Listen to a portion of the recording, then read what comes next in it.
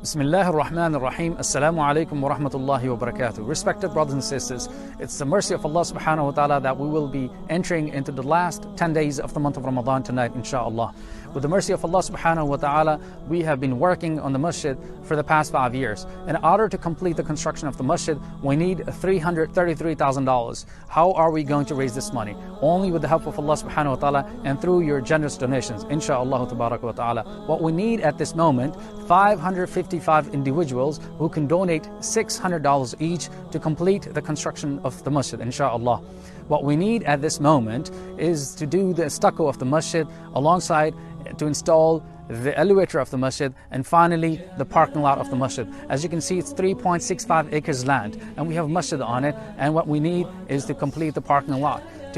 We have 84 parking spaces, and inshallah we will be able to do it all together with the mercy of Allah subhanahu wa ta'ala. We ask Allah subhanahu wa ta'ala to bless you all and shower His mercy and blessings upon all of us. Ameen ya Rabbil Alameen, and give us the ability and the strength that we obey Him and obey His Messenger sallallahu ta'ala alayhi wa sallam. Wassalamu alaikum wa rahmatullahi wa barakatuh.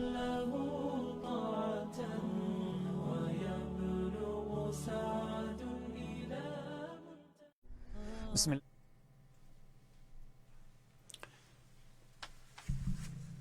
نحمد ونصلي على رسوله الكريم أما بعد أعوذ بالله من الشيطان الرجيم بسم الله الرحمن الرحيم قد سمع الله قول التي تجادلك في زوجها وتشتكي إلى الله والله يسمع تحاوركما إن الله سميع بصير الذين يظاهرون منكم من نسائهم ما هن أمهاتهم إن أمهاتهم إلا اللائي ولدنهم وإنهم ليقولون منكرا من القول وزورا وإن الله لعفو غفور صدق الله العظيم. سامعین و ناظرین و حضرات، السلام علیکم ورحمۃ اللہ وبرکاتہ. حسب سابق آج ہماری اس نشست میں 28واں پارہ ہے اور اس میں سب سے پہلے سورہ مجادلہ ہے. سورہ مجادلہ کا شان نزول اوس بن صامت نے اپنی بیوی خولہ بنت ثعلبہ کو کہہ دیا کہ انت علیہ کا ظہر امی. یہ عرب کے اندر ایک رواج تھا کہ وہ جب اپنی بیوی کو ماں کی کسی حصے سے تشبیہ دیا کرتے تھے تو اس سے یہ ہوتا تھا کہ وہ زہار ہو جاتا تھا، بلکہ وہ یہ سمجھتے تھے کہ اب یہ عورت ہمیشہ کے لیے ہم پر یہ حرام ہو چکی ہے. حضرت سامر نے جب یہ اپنی بیوی سے یہ کہا کہ انت علیہ کا ظہر امی، کہ آپ مجھ پر ایسی ہیں جیسے میری ماں کی پیٹھ، تو وہ نبی اکرم صلی اللہ علیہ وسلم کی خدمت میں حاضر ہوئی تو اس نے کہا کہ یا رسول اللہ صلی اللہ علیہ وسلم، سامت نے اوس نے مجھے زہار کر دیا ہے، اور آپ دیکھ لیں کہ اب میری عمر یہ ہے کہ میرے بال سفید ہو گئے ہیں اور میں اس عمر میں ہوں، اب میں کہاں جاؤں گی، میرے بچوں کا کیا ہوگا؟ تو میں آپ کے پاس آئی ہوں کہ آپ اس معاملے کا مجھے کوئی حل بتائیے گا. آپ صلی اللہ علیہ وسلم نے ارشاد فرمایا کہ ابھی میرے پاس اللہ تبارک و تعالی سے کوئی ایسا حکم نہیں آیا کہ میں کیا فیصلہ کروں، آپ انتظار کریں. تو یہ بات حولہ کو تھوڑا سا شاک گزری اور اس نے کہا کہ یا رسول اللہ صلی اللہ علیہ وسلم، آپ کے پاس تو ہر وقت وحی آتی ہے، تمام مسائل کا حل آتا ہے، تو کیا میرے لیے کوئی حکم نہیں آیا؟ کیا میرے لیے آپ کی وحی رک گئی، میرے لیے آپ کا حکم رک گیا؟ تو اس نے شکایت کی کہ اب میں کیا کروں. تو اس کے بارے میں پھر اللہ تبارک و تعالی نے اس کے جواب میں اللہ تعالیٰ نے حولہ کی یہ درخواست سن لی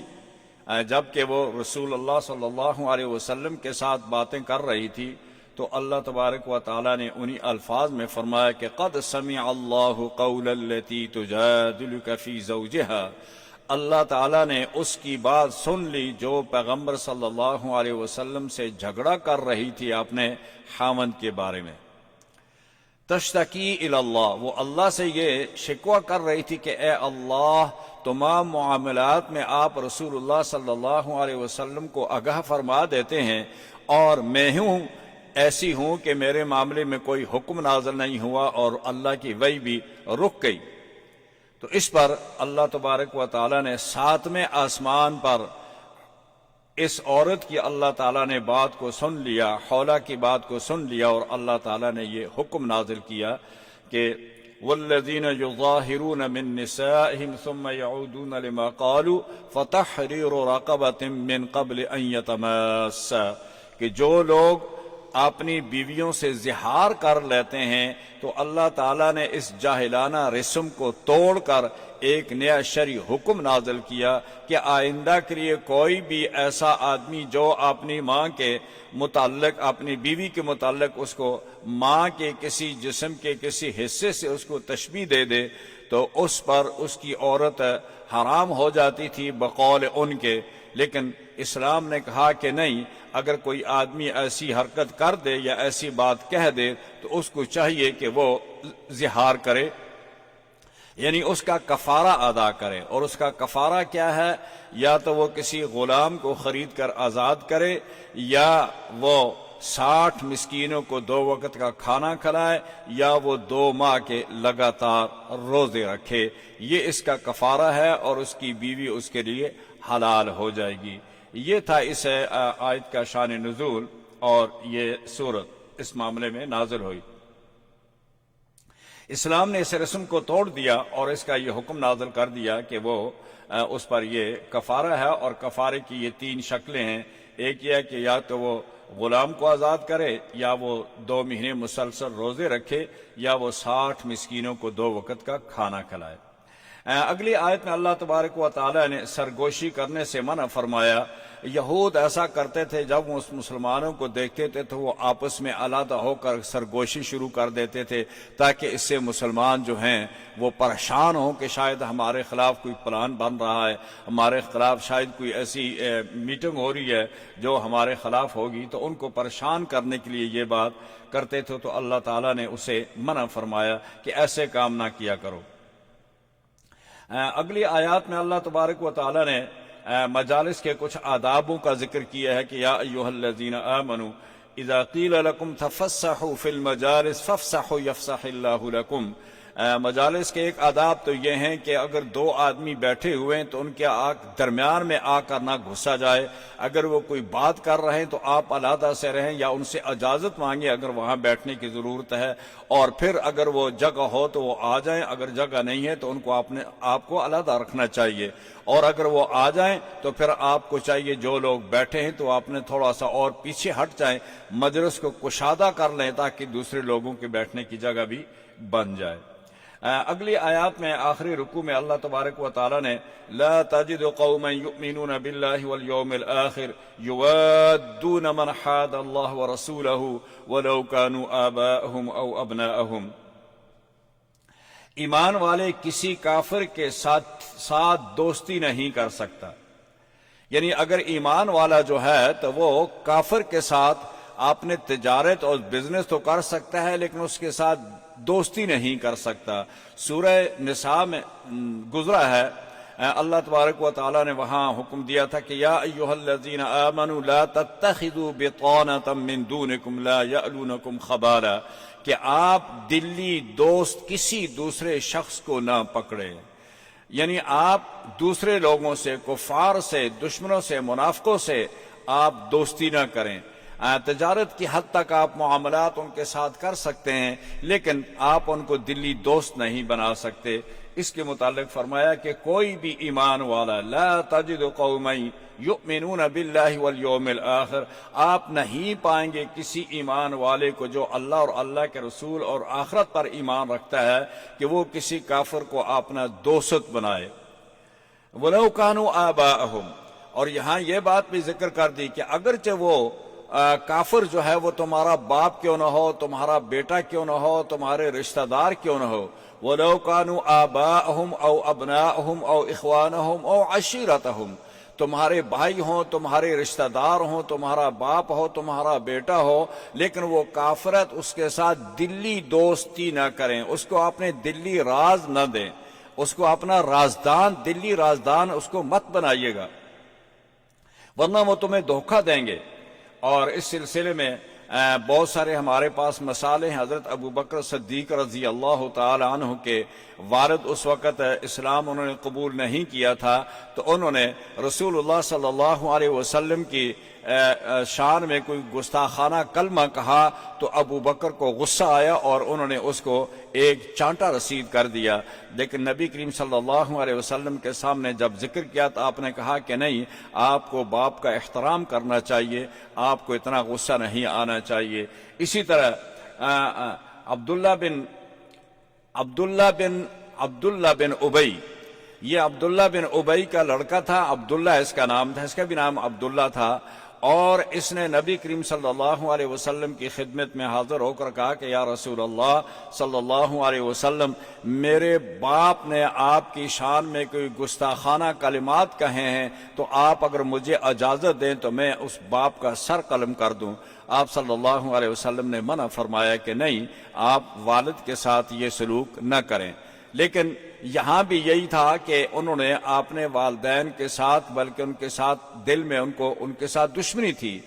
ان کے ساتھ کوئی محبت نہیں تھی، چونکہ وہ منافق تھا اور یہ پکا مومن اور مسلمان تھا۔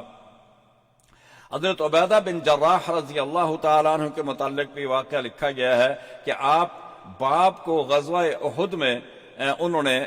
بار بار، ان کا باپ جو تھا وہ دشمنوں کی طرف سے، اہل مشرکین مکہ کی طرف سے وہ شامل تھے جنگ میں، اور وہ کوشش کر رہے تھے کہ وہ عبیدہ کے اوپر حملہ کریں، بار بار وہ آتے تھے اور ان کی ٹرائی کر رہے تھے، کوشش کر رہے تھے کہ وہ عبیدہ کو قتل کر دیں، لیکن عبیدہ ان سے اپنی جان بچاتے رہے، لیکن آخرکار نتیجہ یہ ہوا کہ عبیدہ نے اپنے باپ جراح کو وہاں قتل کر دیا، چونکہ وہ کافر تھے، یہ مسلمان تھا، اور وہ ان کا حریص تھا ان کے قتل کرنے کا، لیکن اس کا ہاتھ نہیں پہنچا تو انہوں نے قتل کر دیا۔ تو یہ ایسی بہت سارے واقعات اور مثالیں ہمارے پاس ہیں کہ کافر جو ہے وہ آپ کا نہ تو دوست بن سکتا ہے اور نہ وہ آپ کا مددگار بن سکتا ہے، لہذا آپ کافروں کو اپنا دوست مت بنائیے گا۔ آگے اللہ تبارک و تعالیٰ نے اسی آیت میں آخر میں فرمایا کہ وَلَوْ كَانُوا آبَاءَهُمْ أَوْ أَبْنَاءَهُمْ أَوْ عَشِيرَتَهُمْ أُولَٰئِكَ كَتَبَ فِي قُلُوبِهِمُ الْإِيمَانَ وَأَيَّدَهُمْ بِرُوحٍ مِّنْهُ وَيُدْخِلُهُمْ جَنَّاتٍ تَجْرِي مِن تَحْتِهَا الْأَنْهَارُ خَالِدِينَ فِيهَا رَضِيَ اللَّهُ عَنْهُمْ وَرَضُوا عَنْهُ، یہ وہ لوگ ہیں کہ اللہ تعالیٰ نے ایمان ان کے دلوں میں لکھ دیا ہے، اور اللہ تعالیٰ نے فرشتوں کے ساتھ ان کی مدد بھی کی، اور یہ وہ لوگ ہیں جو جنت کے حقدار ہیں، اور اللہ تعالیٰ ان سے راضی ہو گیا، یہ اللہ سے راضی ہو گئے۔ لہذا یہ سورہ مجادلہ تھی۔ آگے ہم چلتے ہیں، ہمارے پاس سورۃ الحشر ہے۔ سورۃ الحشر جو ہے یہ بھی مدنی ہے، اور اس کی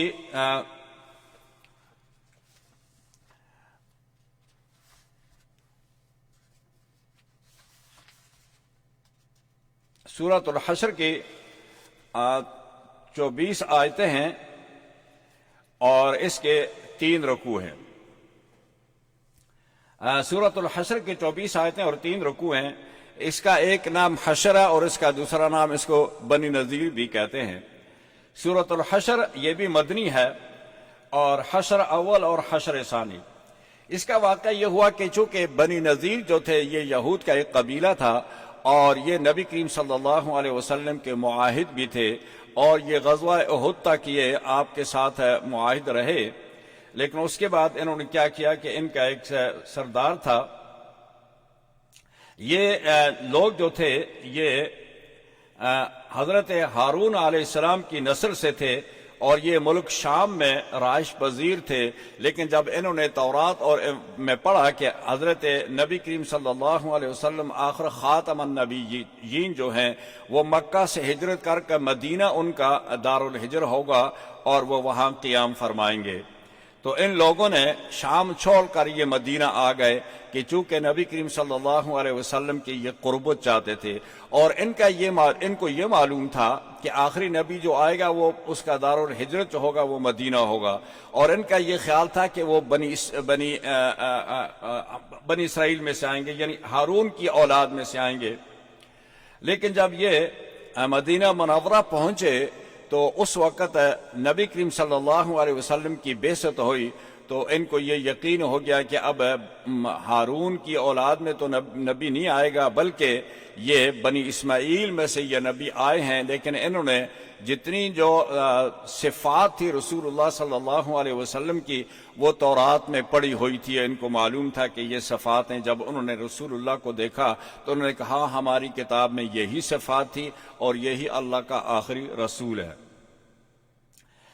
اس کے بعد ہوا یہ کہ بیر معونہ کہ کچھ لوگ آئے نبی کریم صلی اللہ علیہ وسلم کے پاس، تو انہوں نے کہا کہ آپ ہمیں کچھ قرا دیں جو ہمیں قرآن پڑھائیں اور دین کی تبلیغ کریں۔ سرکار دو عالم صلی اللہ علیہ وسلم نے 70 حفاظ ان کے ساتھ بھیجے کہ یہ تمہارے ساتھ جائیں گے، یہ قرآن بھی پڑھائیں گے، اس کی تفسیر بھی پڑھائیں گے، تمہیں اس کی تبلیغ کریں گے۔ وہ لوگ جب ان کو وہاں لے کے گئے تو دھوکے سے ان لوگوں نے سب کو قتل کر دیا، شہید کر دیا۔ ایک ان میں سے عمر بن ضمری جو تھے وہ وہاں سے بھاگ کے بچ کے نکل آئے، اور وہ جب نکل کے آئے تو راستے میں انہوں نے 2 آدمیوں کو دیکھا جو بھی معاہد تھے۔ ان کو معلوم تو نہیں تھا کہ ان کا معاہدہ بھی ہمارے ساتھ ہے، لیکن ان کو دل میں بہت غصہ تھا کہ ان لوگوں نے ہمارے 69 حفاظ قرآن کو شہید کر دیا ہے۔ تو عمر بن ضمری جو تھے انہوں نے ضمری بن امیہ بن ضمری، تو انہوں نے ان 2 شخصوں کو قتل کر دیا۔ جب وہ قتل کر دیا تو وہ معاملہ نبی کریم صلی اللہ علیہ وسلم کی خدمت میں پیش ہوا۔ انہوں نے کہا کہ ہم آپ کے معاہد تھے اور آپ کے آدمی نے ہمارے 2 آدمی کو قتل کر دیا، لہذا اس کا نتیجہ یہ ہے کہ آپ اس کا یا تو دیت دیں یا قصاص۔ آپ صلی اللہ علیہ وسلم نے مسلمانوں سے اس کے قصاص کے لیے پیسے جمع کیے، فنڈ جمع کیا، اور آپ نے سوچا کہ بنی نذیر جو ہیں یہ بھی ہمارے معاہد ہیں اور ہم ان سے بھی ڈونیشن لے کے اس کی دیت دیتے ہیں عمر کی۔ نتیجہ یہ ہوا کہ نبی کریم صلی اللہ علیہ وسلم بنی نذیر کے پاس پہنچے کہ ان سے پیسے جمع کیے جائیں، پیسے اکٹھے کر کے دیت کا معاملہ ختم کیا جائے۔ لیکن جب وہاں پہنچے تو انہوں نے ایک ایسی سازش کی، ایک پلان بنایا کہ ایسا کرتے ہیں کہ رسول اللہ صلی اللہ علیہ وسلم آج تو ہمارے پاس آ گئے اور یہ ہمارے لیے بہتر اور سنہری موقع ہے کہ آج ہم ان کی جان لے لیں۔ لہذا آپ کو ایک دیوار کے پاس انہوں نے بٹھایا اور کہنے لگے کہ آپ یہاں تشریف رکھیں اور ہم آپ کے لیے پیسے اکٹھا کرتے ہیں تو ہم آپ کو پیسے دیتے ہیں۔ وہاں بٹھانے کے بعد انہوں نے آپس میں یہ مشورہ کیا کہ کوئی آدمی دیوار کے اوپر چڑھے اور اتنا بھاری پتھر ان پر پھینک دے تاکہ ان کا کام جو ہے وہ تمام ہو کر دیا جائے۔ اسی دوران اللہ تبارک و تعالی نے جبرائیل امین کو بھیجا اور کہا کہ آپ فوراً اس جگہ سے اٹھ جائیں، ان لوگوں نے آپ کے خلاف یہ پلان بنا دیا ہے اور آپ یہاں سے اٹھ کر چلے جائیں۔ آپ صلی اللہ علیہ وسلم وہاں سے اٹھے اور چلے گئے، اور آپ نے جا کر بنی نذیر کو یہ پیغام بھیج دیا کہ تم لوگوں نے وعدہ خلافی کیا، آپ ہمارے معاہد تھے اور آپ نے میرے قتل کا، مجھے شہید کرنے کا پلان بنایا آپ نے، لہذا ہم اپنا وعدہ اب ختم کرتے ہیں، اب ہمارا اور آپ کو کوئی معاہدہ نہیں ہے، اور ہم آپ کو 10 دن کی مہلت دیتے کہ 10 دن کے اندر اندر آپ اس شہر کو خالی کر دیں، لہذا آپ یہاں سے نکل کر چلے جائیں۔ عبداللہ بن ابی کو جب یہ خبر ملی تو اس نے جا کر ان سے کہا کہ آپ کو کہیں جانے کی ضرورت نہیں ہے، میرے پاس 2000 جانصار میرے پاس موجود ہیں اور وہ آپ کی مدد کریں گے، آپ ان کو کہہ دیں کہ ہم کہیں بھی نہیں جائیں گے، ہم یہاں ہی رہیں گے، آپ نے جو کچھ کرنا ہے کر لو۔ جب انہوں نے یہ پیغام بھیجا سرکار دو عالم صلی اللہ علیہ وسلم کو، تو آپ صلی اللہ علیہ وسلم نے صحابہ سے کہا کہ آپ تیار ہو جائیں اور بنی نذیر پر حملہ کرنا ہے۔ جب آپ وہاں پہنچے بنی نذیر میں کہ قبیلہ میں پہنچے، تو وہ لوگ قلعہ بند ہو گئے۔ آپ صلی اللہ علیہ وسلم نے صحابہ کرام نے ان کا محاصرہ کر لیا اور ان کو محاصرے میں لے لیا اور ان کے درخت جلائے، کچھ کاٹے، کچھ گرائے، لیکن آخر کار وہ مجبور ہو گئے کہ اب ان کے پاس کوئی اور چارہ نہیں تھا۔ عبداللہ بن ابی جو تھا، اس نے تو ان کا تعاون کرنا کوئی نہیں تھا، اس نے تو خالی ایک چال چلنی تھی کہ آپس میں لڑیں۔ لہذا رسول اللہ صلی اللہ علیہ وسلم نے ان کو کہا کہ تمہارے پاس دو ہی راستے ہیں، یا نکل کر ہمارے پاس جنگ کرو یا جگہ چھوڑ دو۔ انہوں نے آخر کار باہر نکلے اور انہوں نے کہا کہ ہم جگہ چھوڑنا چاہتے ہیں، آپ ہمیں مہلت دے دیں۔ آپ صلی اللہ علیہ وسلم نے ارشاد فرمایا کہ اور رعایت فرمائی، انہوں نے کہا کہ اچھا تم جاؤ اور سوائے ہتھیار کے اور سب کچھ جو کچھ تم لے جانا چاہتے ہو یہاں سے لے جاؤ، لیکن ہتھیار لے جانے کی تمہیں کسی صورت میں اجازت نہیں ہوگی۔ لہذا وہ لوگ وہاں سے نکلے تو اللہ تبارک و تعالیٰ نے بنی نذیر کا بہت سارا مال غنیمت جو تھا وہ مسلمانوں کو دیا، اور نبی کریم صلی اللہ علیہ وسلم فاتح ہو کر واپس مدینہ لوٹے۔ آپ صلی اللہ علیہ وسلم نے انصار کو بلایا اور کہا کہ ہم مشورہ کرتے ہیں کہ یہ جو مال ہمیں ملا ہے بنی نذیر کا، تو میں یہ چاہتا ہوں کہ یہ مہاجرین کے درمیان اس کو تقسیم کر دیا جائے، اور اس مال غنیمت کو تقسیم کرنے کے بعد مہاجرین جو ہیں وہ آپ کے گھر چھوڑ دیں اور اپنے گھروں میں جا کر آباد ہو جائیں، اور وہ اس مال سے اپنی تجارت بھی کریں اور اپنے اخراجات بھی پورے کریں۔ جب انصار رضی اللہ تعالیٰ عنہ آئے اور ان کے دونوں سردار تھے، سعد بن عبادہ اور سعد بن معاذ جو تھے، یہ ان قبیلوں کے سردار تھے، تو انہوں نے کہا کہ یا رسول اللہ صلی اللہ علیہ وسلم، اس کے علاوہ بھی اگر آپ جتنا مال جو ہے وہ مال غنیمت وہ آپ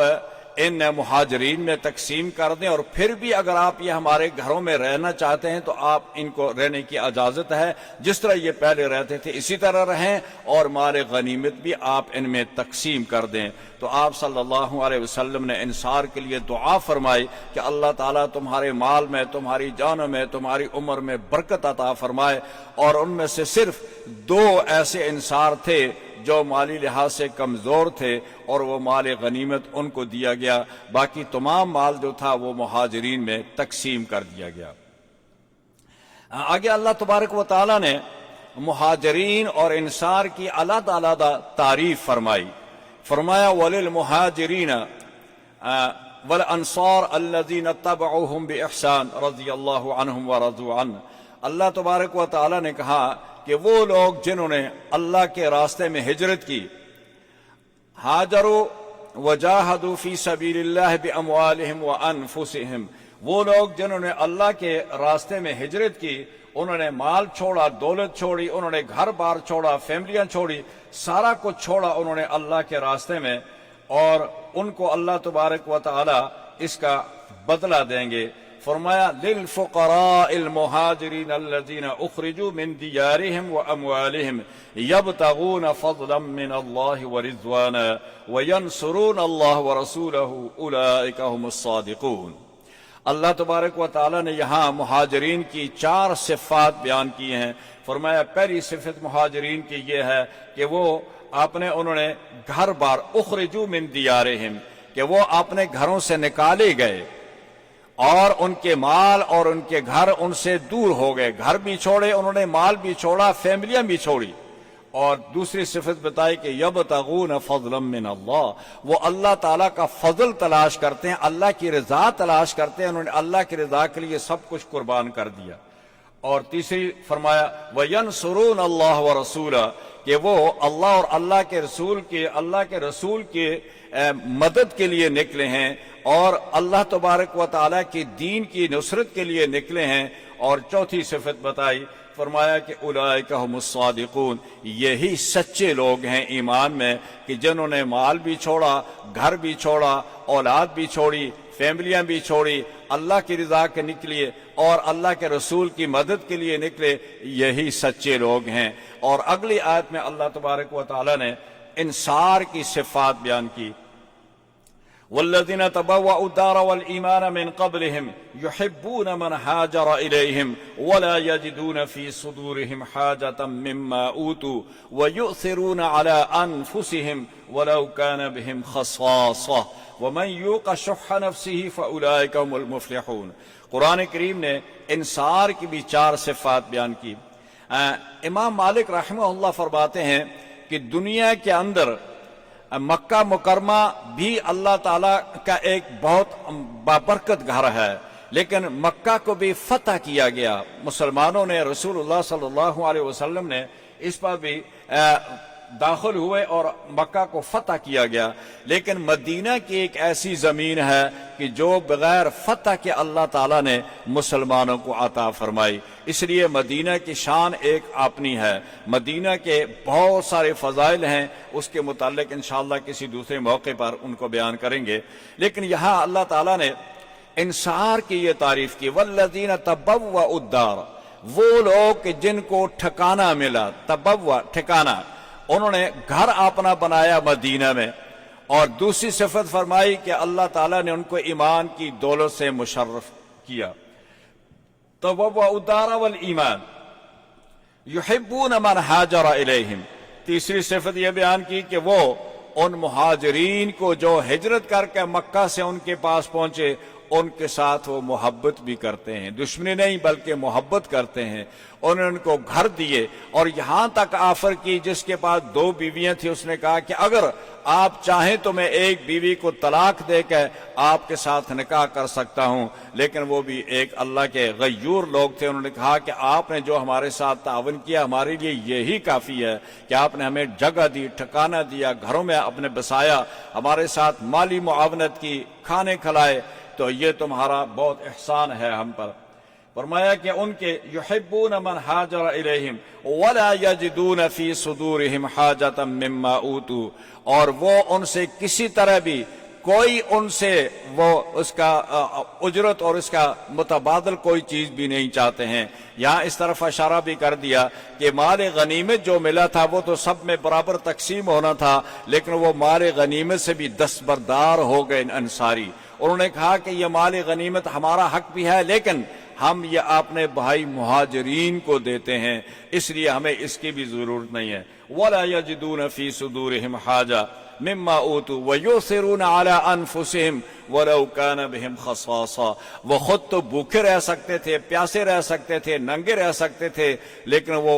اپنے مہاجرین بھائیوں کو اپنے اوپر ہر لحاظ سے وہ ترجیح دیتے تھے۔ آگے فرمایا وَمَن يُوقَ شُحَّ نَفْسِهِ فَأُولَٰئِكَ هُمُ الْمُفْلِحُونَ، فرمایا کہ یہ وہ لوگ ہیں جن کے دلوں میں کسی قسم کا نہ بخل تھا نہ کوئی اور چیز تھی، بلکہ یہ اپنے ساتھیوں کو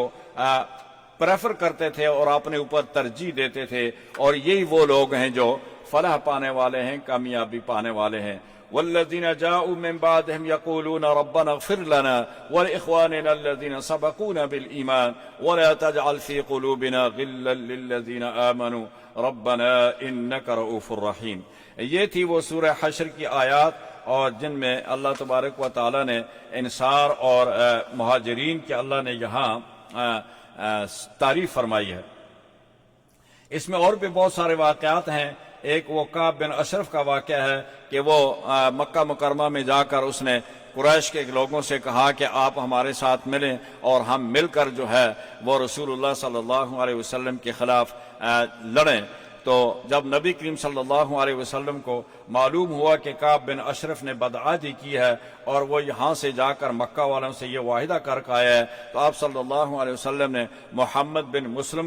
مسلمہ کو بھیجا کہ جا کر کعب بن اشرف کو قتل کر دو۔ اس نے جا کر کعب بن اشرف کو قتل کر دیا۔ دوسرا وہی واقعہ جو منافقین نے 70 قرہ کو لے کے گئے اور ان کو شہید کر دیا۔ تو یہ سارے واقعات اس سورہ حشر کے اندر اللہ تبارک و تعالی نے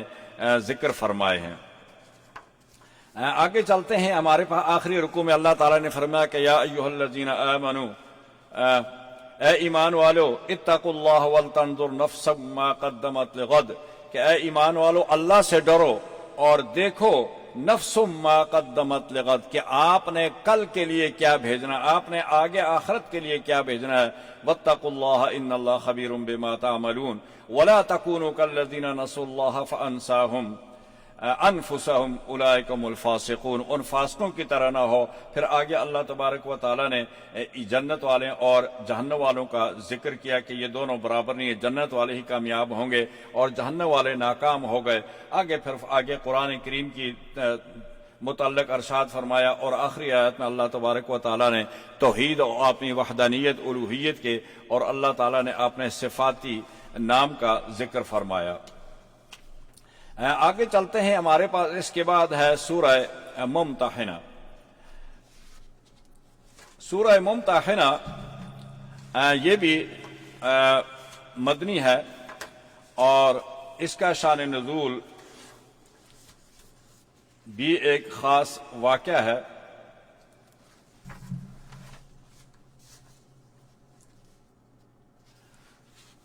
سورہ ممتحنہ اس کے 13 آیات ہیں اور اس کے 2 رکوع ہیں. یہاں بھی اللہ تعالی تبارک و تعالی نے یہی حکم دیا کہ یا ایھا الذین آمنوا لا تتخذوا عدوی وعدوکم اولیاء تلقون الیہم بالمودہ. اے ایمان والو کہ دشمن سے جو میرے دشمن ہیں اور آپ کے دشمن ہیں ان کے ساتھ دوستی نہیں کرنی ہے. قرآن کریم نے یہاں لفظ کفار استعمال نہیں کیا ہے بلکہ دشمن استعمال کیا ہے، اور چونکہ وہ اللہ کے بھی دشمن ہیں اور تمہارے بھی دشمن ہیں لہذا ان سے دوستی نہیں کرنی ہے. اس کا واقعہ مکہ مکرمہ میں ایک عورت تھی، اس کا نام تھا سارہ. یہ مغنیہ تھی مکہ مکرمہ میں اور یہ وہاں سے مکہ مکرمہ سے یہ مدینہ منورہ جا کے پہنچی اور اس نے وہاں جا کے نبی اکرم صلی اللہ علیہ وسلم سے یہ درخواست کی کہ میں یہاں آئی ہوں. آپ صلی اللہ علیہ وسلم نے پوچھا کہ آپ مسلمان ہو کے آئی ہیں؟ اس نے کہا نہیں. آپ نے فرمایا کیا آپ نے ہجرت کر کے آئی ہیں؟ اس نے کہا نہیں. تو فرمایا کیسے آئی؟ اس نے کہا کہ میں مکہ کے اندر آپ بڑے لوگ تھے، بڑے قبیلے کے لوگ تھے، مالدار تھے، میں آپ لوگوں کے گھروں سے مدد لیتی تھی، کھانا لے کر کھاتی تھی، آپ سے پیسے لیتی تھی، تعاون کرتے تھے آپ. جب سے آپ آ گئے تو آپ صلی اللہ علیہ وسلم نے ارشاد فرمایا کہ وہ مکہ کے جو نوجوان لوگ آپ پر پیسوں کی بارش کیا کرتے تھے وہ کہاں گئے؟ اس نے کہا کہ جنگ بدر کے اندر بڑے لوگ تو سارے مارے گئے اور جو رہ گئے تھے ان کے گھر بھی تو بند پڑے ہوئے ہیں، وہ ان کے پاس اب وہ پہلے والا طرب اور وہ خوشیاں اور وہ جوش ختم ہو گیا ہے، تو لہذا میں بھوک اور پیاس کی ستائی ہوئی آپ سے مدد لینے کے لیے آئی ہوں. آپ صلی اللہ علیہ وسلم نے اپنے صحابہ خصوصاً بنی عبد المطلب کو کہا کہ اس عورت کی مدد کی جائے، اس کے ساتھ تعاون کیا جائے. صحابہ کرام رضوان اللہ علیہم نے اس کے ساتھ کچھ کپڑے دیے، کچھ پیسے جمع کر کے دیے اور اس کو وہاں سے رخصت کیا. رخصت ہونے سے پہلے حضرت حاطب بن ابی بلتہ جو تھے یہ اصل یمن کے رہنے والے تھے اور یہ یمن سے مکہ مکرمہ پہنچے اور مکہ میں مقیم ہو گئی. اور جب انہوں نے ہجرت کی تو ان کی فیملی جو تھی یہ مکہ میں رہ گئی اور یہ مدینہ میں چلے گئے. لہذا ان کو یہ ہمیشہ اپنے اولاد کا، اپنی جو فیملی ان کی مکہ میں رہ گئی تھی اس کی فکر لاحق رہتی تھی کہ دوسرے لوگوں کے رشتہ دار ہیں وہ ان کے ساتھ تعاون کریں گے، میرا تو رشتہ دار بھی کوئی نہیں، تو کفار مکہ جو ہیں وہ میری فیملی کو تنگ کریں گے، ستائیں گے. لہذا انہوں نے دل میں سوچا کہ میں کوئی ایسا کام مکہ والوں کے لیے کوئی نہ کر دوں جس کی وجہ سے وہ مجھ سے خوش ہو جائیں اور میری فیملی کو تکلیف اور ایذا نہ پہنچائیں. انہوں نے ایک خط لکھا جس میں یہ لکھا کہ نبی کریم صلی اللہ علیہ وسلم آپ لوگوں کے خلاف تیاری کر رہے ہیں کہ یہ مکہ میں داخل ہوں گے اور آپ کے ساتھ جنگ کریں گے، لڑائی کریں گے. یہ خط لکھ کے اس عورت کو دے دیا. یہ عورت لے کر خط وہاں سے نکل پڑی اور روضہ خاک میں یہ پہنچی تو نبی کریم صلی اللہ علیہ وسلم کو جبریل امی آئے اور انہوں نے کہا کہ یا رسول اللہ صلی اللہ علیہ وسلم آپ کا راز افشا ہونے کے لیے ایک خط اس عورت کے پاس ہے، اگر وہ خط مکہ میں پہنچ گیا تو آپ کا پورا پلان جو ہے وہ ڈسپوز آف ہو جائے گا، تو لہذا آپ ایسا کریں کہ اس عورت سے خط واپس لیں۔ آپ صلی اللہ علیہ وسلم نے حضرت علی رضی اللہ تعالیٰ عنہ کو ابو مرثد اور زبیر ابن عوام کو بھیجا کہ جاؤ اور وہ عورت جو ہے وہ جو یہاں آئی تھی ہمارے پاس اور وہ اس وقت وادی روضہ خاخ میں پہنچ چکی ہے اور اس سے وہ خط ہے اس کے پاس اور وہ خط لے کے واپس آؤ۔ یہ لوگ یہاں سے چلے اور یہ اس عورت کو وہاں پہنچ گئے ٹھیک اسی جگہ میں جہاں کا رسول اللہ صلی اللہ علیہ وسلم نے ان کو حکم دیا تھا۔ یہ جب وہاں جا کر پہنچے تو اس عورت کو انہوں نے پکڑ لیا، لیکن عورت خط دینے سے انکار کر رہی تھی، وہ ٹال مٹول کر رہی تھی۔ انہوں نے کہا کہ شرافت سے خط دے دے ہمیں ورنہ ہم تیرے کپڑے اتار کے تیری تلاشی کریں گے۔ وہ کہنے لگی کہ نہیں ہے۔ جب اس کو یہ معلوم ہو گیا کہ اب تو یہ نہیں چھوڑیں گے تو اس نے اپنے اندر جو اس کا وہ ازار بند تھا اس کے اندر اس نے اس کو چھپایا ہوا تھا، وہاں سے وہ خط نکال کر اس نے دیا اور یہ خط لے کر واپس چلے گئے۔ جا کر نبی کریم صلی اللہ علیہ وسلم کو خط دیا تو حضرت عمر نے کہا کہ یا رسول اللہ صلی اللہ علیہ وسلم آپ مجھے اجازت دیں تاکہ میں یہ حاتم بن ابی بلتہ کا میں کام تمام کر دوں۔ حضور نے فرمایا کہ یہ بدری صحابہ میں سے ہیں اور آپ ان کو نہ ماریں، ان سے غلطی ہو گئی ہے، تو اللہ تعالیٰ نے ہمیں اسے ان کی غلطی سے بچا لیا، جو ہمارا راز یہ فاش کرنا چاہتے تھے اللہ نے اسے بچا لیا۔ تو حاتم بن ابی بلتہ کو وہاں معافی دے دی گئی۔ اس کے بعد یہ دوسرا واقعہ صلح حدیبیہ کا ہوا۔ صلح حدیبیہ کے اندر یہ شرطیں لگائی گئی تھی کہ جو مسلمان ہو کر جائے گا مسلمان اس کو واپس کریں گے، اور جو مسلمان مرتد ہو کر ہمارے پاس اہل مکہ کے پاس آ جائے گا وہ اس کو واپس نہیں کریں گے۔ یہاں ہوا یہ کہ ایک عورت سعیدہ بنت حارث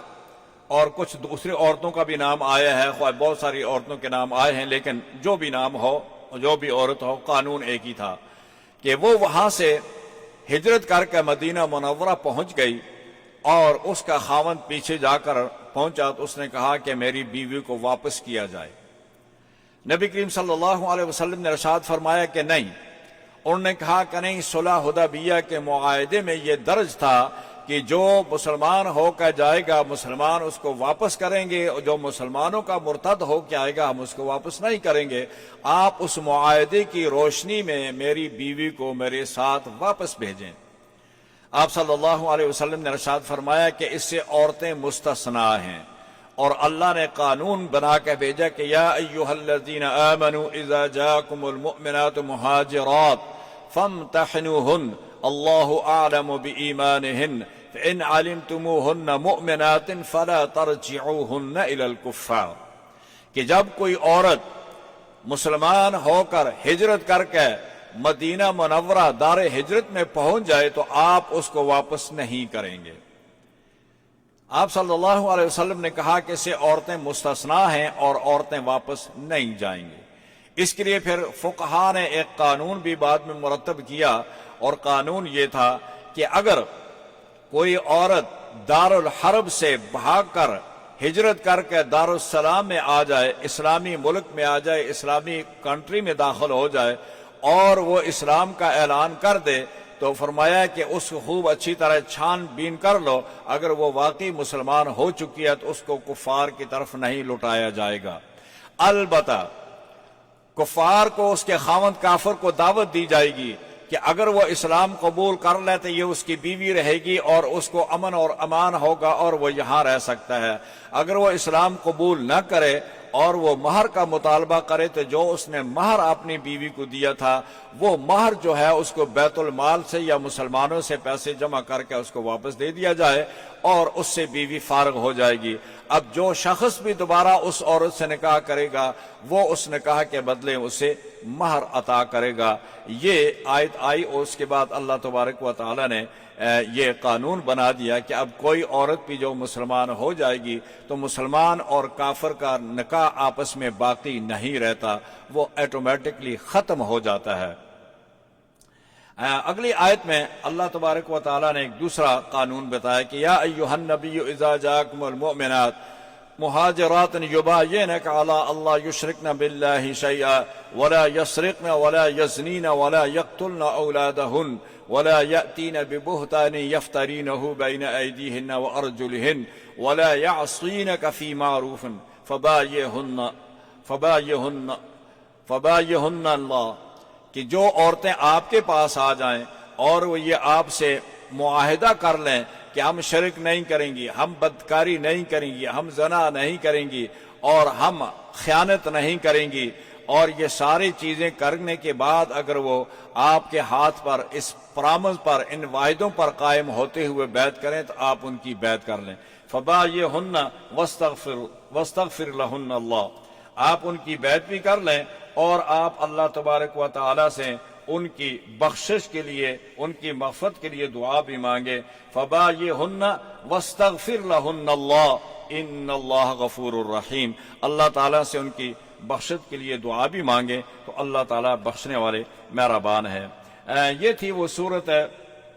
سورہ ممتحنہ جس کے متعلق یہ آیات آج اور اس کا شان نزول یہ تھا۔ اگلی ہمارے پاس سورہ صف ہے، اور سورہ صف میں بھی اللہ تبارک و تعالیٰ نے کچھ احکامات نازل کیے ہیں ان کے لیے، ایمان والوں کے لیے۔ صحابہ کرام کی ایک جماعت جو تھی وہ بیٹھی ہوئی تھی اور وہ آپس میں باتیں کر رہے تھے۔ انہوں نے کہا کہ کون سا عمل جو ہے وہ اللہ تعالیٰ کو پسند ہے تاکہ ہم وہ عمل کریں اللہ تعالیٰ جس سے راضی ہو جائیں۔ یہ آپس میں ان کی گفتگو ہو رہی تھی تو نبی کریم صلی اللہ علیہ وسلم اچانک آئے اور آپ پر اللہ تعالیٰ نے وحی نازل کی، اور آپ صحابہ کرام کو جو بیٹھے ہوئے تھے ان سب کو بلایا۔ انہوں نے کہا کہ میں سن رہا تھا کہ آپ جو آپس میں گفتگو کر رہے تھے،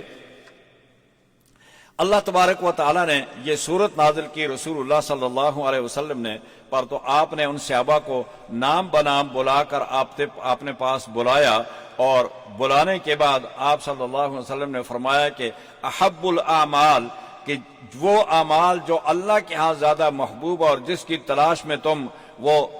باتیں کر رہے تھے، وہ عمل اللہ تعالیٰ کے ہاں جہاد فی سبیل اللہ ہے،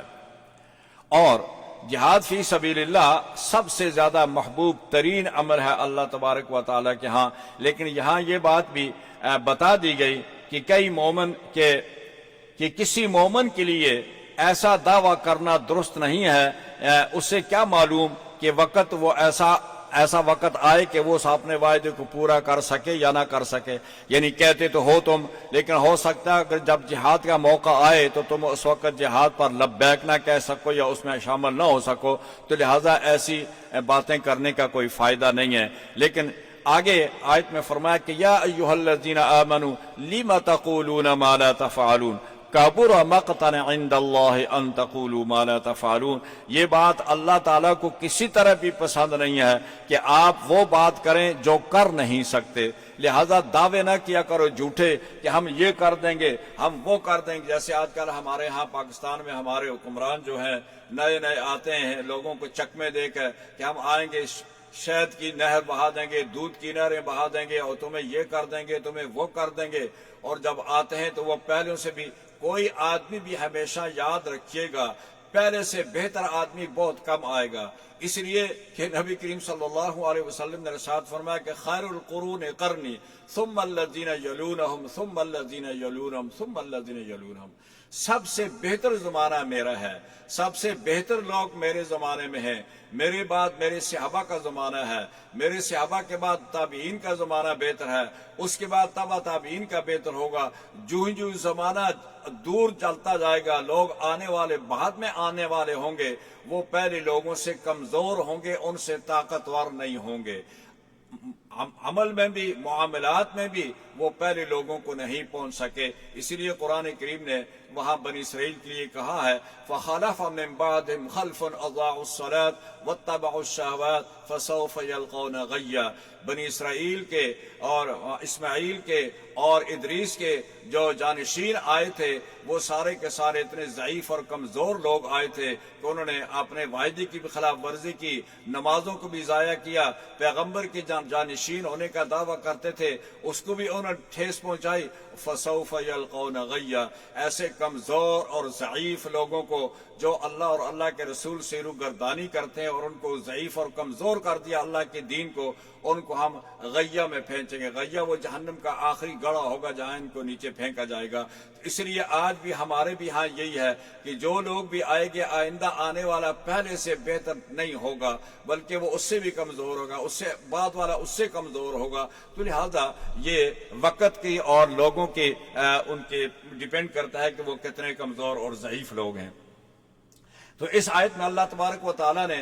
صحابہ کرام کو یہ تنبیہ کر دی کہ ایسی بات مت کرو کہ اگر تمہیں کرنے کا وقت آئے تو اس وقت نہ کر سکو، بلکہ جہاد کے لیے جب نکلو تو اس وقت سیسا پلائی ہو دیوار کی طرح کھڑے ہو جاؤ اور پھر آپ کے قدم ڈگمگائیں نہ۔ یہ تھی سورہ صفات۔ آگے اللہ تعالیٰ نے حضرت موسیٰ کا حضرت عیسیٰ کا ذکر کیا، پھر آگے فرمایا کہ کون ہے تم میں سے جو میرے ساتھ تجارت کرتا ہے؟ اللہ کے ساتھ تجارت اس پر ایمان لانا، مال خرچ کرنا ہے، یہ اس کے ساتھ تجارت ہے۔ آخر میں اللہ تعالیٰ نے عیسیٰ علیہ السلام کا ذکر فرمایا اور فرمایا کہ حضرت عیسیٰ کے لوگ میں سے 3 فرقے بن گئے تھے۔ ایک وہ تھے جو کہتے تھے عیسیٰ خدا ہیں، دوسرے وہ تھے وہ خدا نہیں ہے بلکہ خدا کا بیٹا ہیں، اور تیسرے کہتے تھے نہ وہ خدا ہے نہ وہ خدا کا بیٹا ہیں، بلکہ اللہ تعالیٰ نے تمہاری شر سے ان کو محفوظ کر کے آسمان کی طرف اٹھا دیا۔ یہ تھی ہمارے پاس سورہ صف۔ اللہ تعالیٰ مجھے اور آپ سب کو ان پر عمل کرنے کی توفیق عطا فرمائے۔ اللہم صلی علی سیدنا محمد وعلی آل سیدنا و مولانا محمد وبارک وسلم۔ ربنا تقبل منا انك انت السميع العليم وتب علينا انك انت التواب الرحيم برحمتك يا ارحم الراحمين۔